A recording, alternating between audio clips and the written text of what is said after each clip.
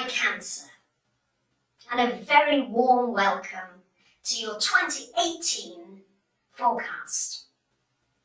There's a lot happening this year, but first I'd just like to recap on what happened at the end of last year, which is that Saturn went into Capricorn, where it's going to stay for the next 3 years, and it's joining for you Pluto in your house of relationships, Cancerians. So, these next few years are going to be a wonderful opportunity for you to really find the soul in your relationships. It's what you've wanted for an awfully long time. And you've been through different pains and different lessons. And yes, Saturn can bring lessons again for you in this area. If you haven't learned certain things in your relationships, but at the same time, what Saturn can bring you is a new structure, a new way of being in your relationships, a new freedom in many ways. Where have you been too restricted, held yourself back, not spoken out for fear of not being loved, and just withheld and gone into your shell, Cancerians, like you often do, or avoiding issues, yes? Rather sweep them under the carpet for a little while and kind of hope they're going to go away. Well, these aspects here, in your relationship house, they're not going to go away. They're here to be dealt with and faced. Because if you're not happy in your relationships, and you're not feeling loved or loving, then it's an opportunity to learn and to move into a different frequency. And that's what this Saturn energy is encouraging you to do. On a mundane level, yes, it can bring marriage, certainly. It can bring a relationship that's been going on a while into something more serious. It can also bring a completion, an ending. And it can also mean that a relationship that you're in may need some real work. You may need to just say, hey, you know what? I'm ready to do the work on me. Because I realise that unless I do my internal work, we've got an eclipse in Cancer later this year, then all that external stuff is really rather meaningless and doesn't work out in the way I'm hoping. So this is great opportunities in relationships for you this year, Cancerians. I'll be going through all the important dates. At the end of the video, there is a list of all these dates for you to refer to. So on January the 31st, we've got a lunar eclipse happening in Leo, in your, they're all got a little muddled here together, in Leo, in your second house.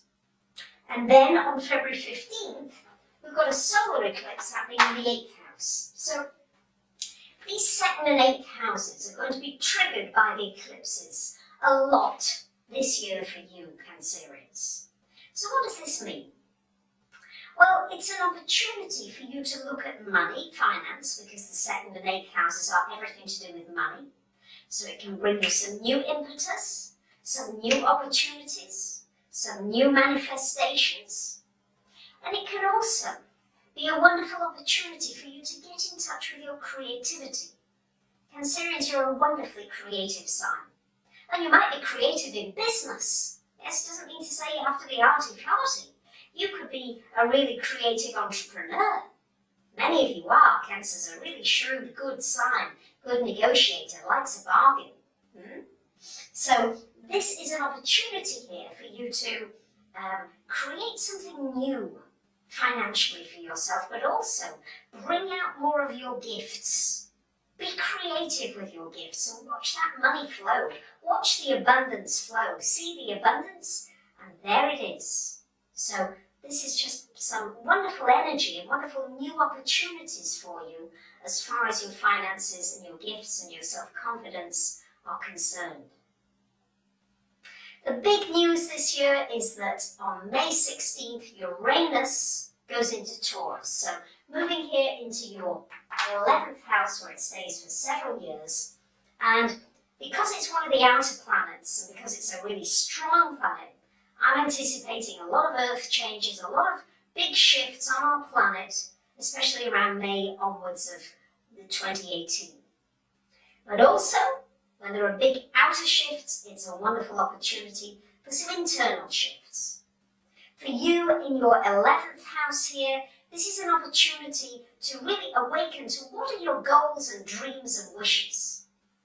What do you want not only for yourself, but for humanity, for the world at large? We're all connected now on the internet. Who do you want to connect with? Uranus is asking you, what new connections can I make? Who can I connect with that will be inspiring, uplifting? Who can I uplift? Who can I help to awaken? You might meet some amazing friends. You might get on an amazing team of people and really work at something cutting edge, something really new and innovative. Boy, is this an exciting aspect for you. So use it in an exciting way. Don't be afraid to take risks, to meet new people, to step out. Sometimes Cancers, you're a water sign, so you're kind of sussing things out a bit before you just dive in there. Uranus is encouraging you just to dive in and see where it takes you.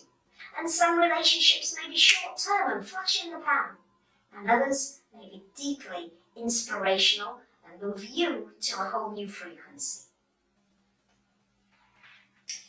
And then we've got Mars going retrograde from June the 26th until August the 27th, here in your 8th house.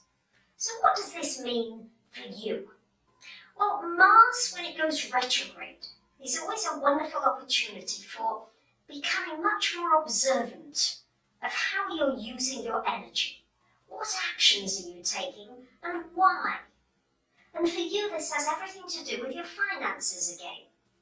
Everything to do with why are you doing what you're doing?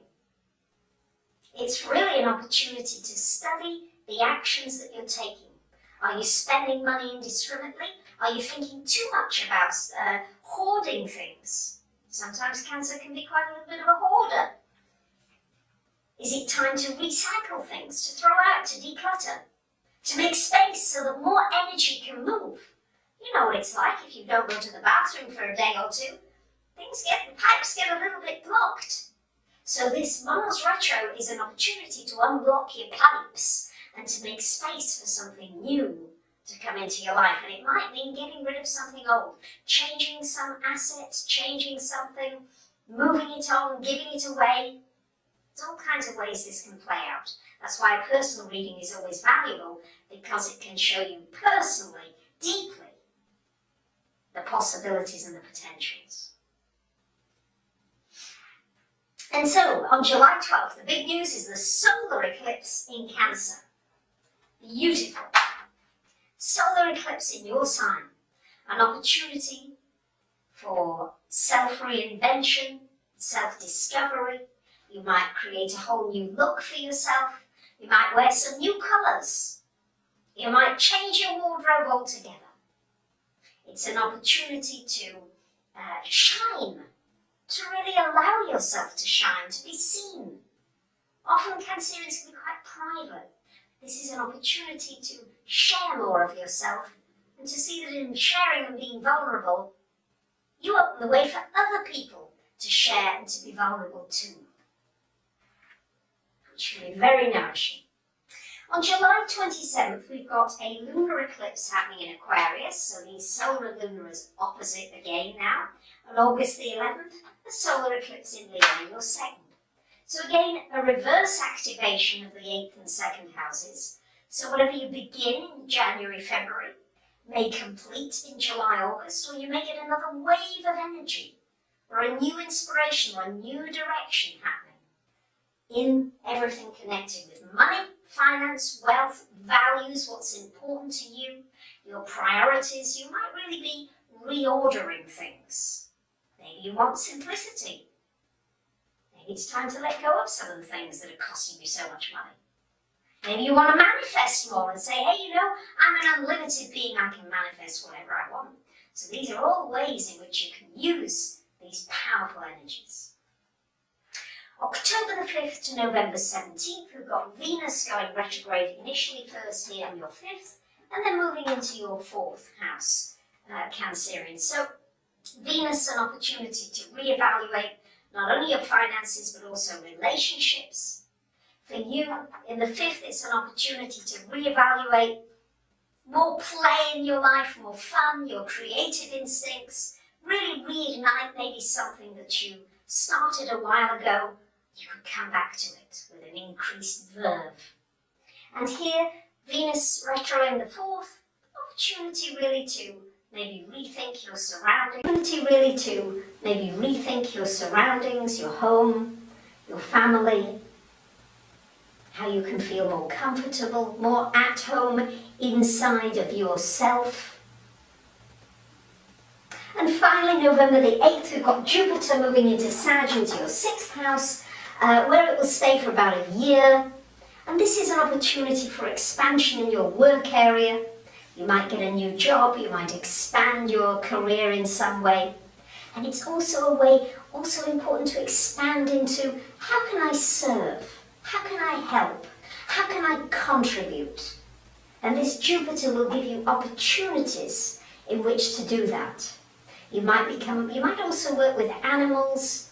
You might also work with health in some way. It's a wonderful opportunity for some very deep healing and for some learning about your physical body and how to bring it into perfect balance and harmony.